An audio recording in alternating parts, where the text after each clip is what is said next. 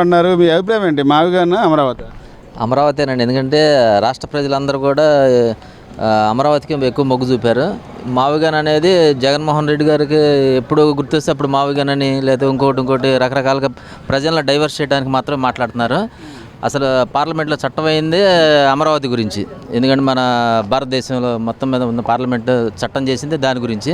ఈయన రకరకాలుగా మాట్లాడి ప్రజల్ని అభద్రభావాన్ని క్రియేట్ చేసి ఆయన రకరకాలుగా క్రియేట్ చేస్తున్నాడు. ఇది జనం కూడా ఎవరు నమ్మే పరిస్థితుల్లో లేరు.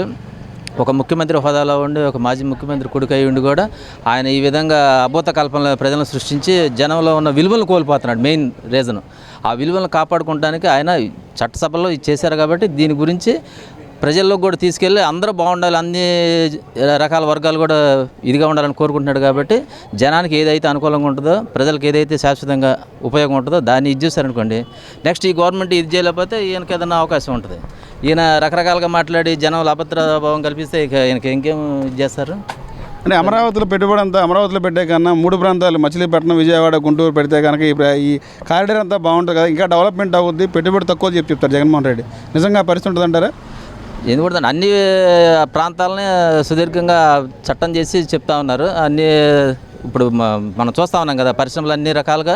ఇప్పుడు కర్నూలు కానీ, విశాఖపట్నం కానీ, అమరావతి రాజధాని విజయవాడ కానీ, రాయలసీమలో కానీ, కోస్తా ఆంధ్ర, ఇటు పశ్చిమ గోదావరిలో కానీ అన్ని రకాలుగా పెట్టారు. అందరూ చూస్తున్నారు స్టేట్ మొత్తం మీద ఏ కంపెనీలు వస్తున్నాయి. ఫార్మా కంపెనీలు కానీ, ఇంకా ఎలక్ట్రానిక్స్ కంపెనీలు కానీ, కార్ల కంపెనీలు కానీ, కియా మోటార్స్, ఎరువులకు సంబంధించి, ఉక్కు ఫ్యాక్టరీలకు సంబంధించి అన్నీ కదా. అవన్నీ చూస్తున్నారు. రాష్ట్రం మొత్తం అన్ని జిల్లాలకి సమన్వయం చేయాలనే ఉద్దేశంతోనే పరిశ్రమలు కూడా అవన్నీ రన్ అవుతున్నాయి.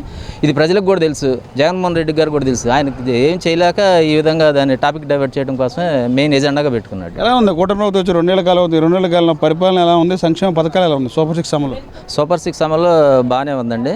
కాకపోతే ఇంకొంచెం ఇంప్లిమెంట్ చేసి ప్రజల్లోకి ఇంకా చైతన్యవంతంగా తీసుకెళ్ళి కొంతమందికి అందకపోతున్నాయి అనేది అభద్రతాభావం ఉంది. అది కూడా నివృత్తం చేసి అధికారులని చంద్రబాబు నాయుడు గారు కానీ, ఇప్పుడు పవన్ కళ్యాణ్ గారు, లోకేష్ గారు కానీ, ఇంకా పెద్ద అధికారులు కానీ ఈ మండలాల్లో కానీ జిల్లా స్థాయిల్లో ఎక్కడెక్కడ డిఫాల్ట్ అవుతుందో అవన్నీ గుర్తించి అధికారులని కొంచెం ఇంప్లిమెంట్ చేసి వారికి సంక్షేమ పథకాలు కూడా అందరికీ అన్ని విధాలుగా అందేలాగా చూస్తే ఇంకా బాగుంటుంది అనే ఉద్దేశం ఉంది. సెంట్రల్ నియోజకవర్గ ఎమ్మెల్యే బోండవమ్మ పనితీరు ఎలా ఉంది? 2 ఏళ్ళలో అప్పుడు గతానికి ఇప్పుడు మార్పు ఏమొచ్చింటే ఏం చెప్తారు మీరు? బోండవమ్మ గారి పనితీరు గురించి మీకు తెలియదు ఉంది. స్టేట్ మొత్తం మీద ఆయన చేసే పనులు, విజయవాడ సెంటర్లో చేసే పనులు అందరికీ తెలుసు. రోజు అన్ని విధాలుగా మీరు అన్ని ఛానల్లో కూడా చూస్తూ ఉంటారు. ఆయన దగ్గరికి 2 ఏళ్లలో ఏం మారింది? సెంట్రల్ నియోజకవర్గం ఏం డెవలప్ అయింది? ఏం మారింది గతానికి ఇప్పుడు కంటే ఫంక్షన్లు ఇచ్చే విషయంలో కానీ, రోడ్లు కానీ, డ్రైన్స్, వాటర్ ట్యాంకులు, ఎవరికన్నా సీఎం రిలీఫ్ ఫండ్స్ కానీ, నియోజకవర్గంలో ఆయన దగ్గరికి ఫలానా చిన్న సమస్య అంటే విని దాన్ని వదిలేయకుండా దాన్ని ఏ అధికారి ద్వారా అయితే ఆ సమస్య పరిష్కారం అవుద్ది, ఎవరి ద్వారా ఆ సమస్యను తీసుకెళ్తే వాళ్ళకి న్యాయం జరుగుద్ది అన్న ఉద్దేశంతో ఆయన అహర్నిశలు కృషి చేస్తూ మరి ఆయన ఉన్న టీంను కానీ, పార్టీ అభ్యర్థులు కానీ, అన్ని డివిజన్లో ఉన్న కార్యకర్తలను, కష్టించాలని అందరూ కూడా బలోపేతం చేసి ఆ సమస్యని ఆయన దృష్టికి వచ్చినవన్నీ కూడా క్లియర్ చేస్తూనే ఉన్నారు. అది ప్రజలందరికీ తెలుసు, సెంట్రల్ నియోజకవర్గం తెలుసు, చంద్రబాబు నాయుడు గారు తెలుసు, ఉన్న రాష్ట్ర అధికారులు అందరికీ కూడా తెలుసు. 2 ఏళ్ళలో సూపర్ సిక్స్ పథకాలు మీ కుటుంబానికి పథకాలు ఏమైనా అందినాయా? మాకు పథకాలు అంటే అందినాయండి. ఇల్లు ఒకటి పెట్టాము, అది ప్రాసెస్లో ఉంది. పిల్లలు చదువు అంటే మా పిల్లలు డిగ్రీ అయింది కాబట్టి వాళ్ళకి అమ్మఒడి అలాంటివి రావు. కాబట్టి ఇక మా చుట్టాల వాళ్ళకి అయితే పిల్లలకు వచ్చినాయి. మనం కూడా ఎవరైనా కావాలంటే ఫంక్షన్లు అయిన సిఫార్సులు చేయడం, ఉమాగారి దృష్టికి తీసుకెళ్ళడం, మా స్థానికంగా ఉన్న సుబ్బరాజ్ నగర్, ఇక్కడ అరుణోదయ నగర్, ఈ రాయరాజపేటలో ఉన్న సమస్యలు కూడా తీసుకెళ్తే మా అధికారులు అందరూ ఉన్నారు. కాబట్టి మా టీం అంతా ఆయన దృష్టికి తీసుకెళ్ళని న్యాయం చేస్తూ ఉన్నారు.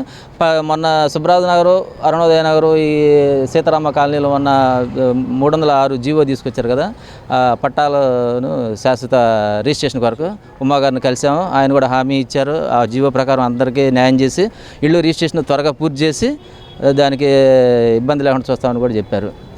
అదే ఓకే సార్.